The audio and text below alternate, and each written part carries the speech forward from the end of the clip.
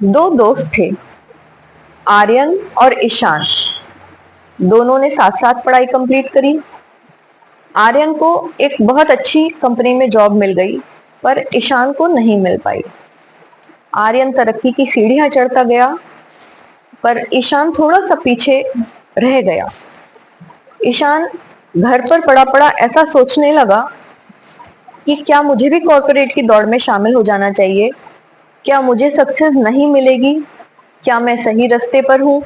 ऐसा सोचकर वो परेशान रहने लगा। तो उसको परेशान देखकर जब दादाजी ने उसको देखा, तो उससे पूछा कि क्या बात है बेटा? तो उसने अपनी परेशानी दादाजी से शेयर की। दादाजी उसको अपने बगीचे में लेकर के गए, क्योंकि दादाजी अनुभवी थे, तो उन्होंने उसको उसी तरह से डील करने के लिए सोचा। तो बगीचे में उन्होंने उसको घुमाया फिराया और फिर पूछा, ईशान, तुमने यहाँ पर क्या नोटिस किया? ईशान बोला, दादाजी, पिछले महीने आपने बांस का भी पेड़ लगाया था और आम का भी पेड़ लगाया था, पर बांस का पेड़ तो इतना ऊंचा हो गया और आम का तो अभी उतना ऊंचा नहीं हो पाया। दादाजी ने कहा, मैं तुम्हें यही दिखाना चाहता था। बांस के पेड़ की जड़ें मजबूत ज्यादा नहीं होती हैं, वो जल्दी बढ़ जाता है, लेकिन आंधियों में टूटने की संभावना भी उतनी ही होती है। और वहीं आम का पेड़ धीरे धीरे अपनी जड़ें मजबूत करता है पहले, और जब वो फैलता है तो इस कदर फैलता है कि वो खूब फल फूल भी देता है, छाया भी देता है और सब कुछ देता है, और बहुत मजबूती से हर परिस्थिति में खड़ा रहता है। उन्होंने उसको समझाया कि ऐसा नहीं है कि बांस खराब है, आम अच्छा है। उन्होंने उसको समझाया, दोनों की अपनी अपनी क्वालिटी है, दोनों का कोई कंपैरिजन नहीं है। अगर सक्सेस जल्दी नहीं मिल रही, इसका मतलब ये नहीं है कि आप पीछे रह जाओगे। जहां पर आपका वक्त आएगा, आपको भी अपनी फील्ड में सक्सेस जरूर मिलेगी।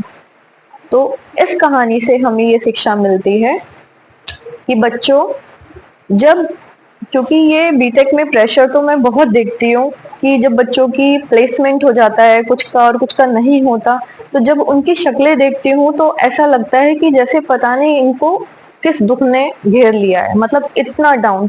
उनको मैं काउंसिल करती हूँ, समझाती हूँ कि बेटा समय आने पर सब कुछ ठीक हो जाएगा। ऐसा नहीं होता कि उसकी जॉब लग गई तो आपकी नहीं लगेगी। हो सकता है थोड़ा सा समय लग रहा हो, पर आपकी भी बहुत अच्छा प्लेसमेंट हो जाएगा। थोड़ा सा खुद पर भरोसा रखो।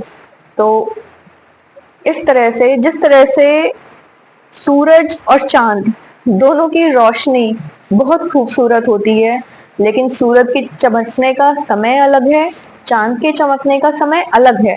दोनों की अपनी अपनी क्वालिटीज है। तो इस तरह दोनों का अपना अपना समय भी है। तो इंसान को दूसरे से कंपैरिजन नहीं करना चाहिए।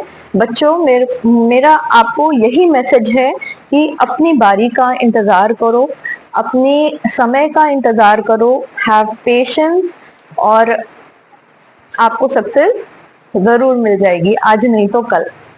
Thank you everyone, bye bye. आपको अगर मेरी कहानियाँ पसंद आती हैं तो एक लाइक और शेयर या कमेंट ज़रूर करिएगा, मुझे उससे बहुत ही खुशी मिलती है। Thank you.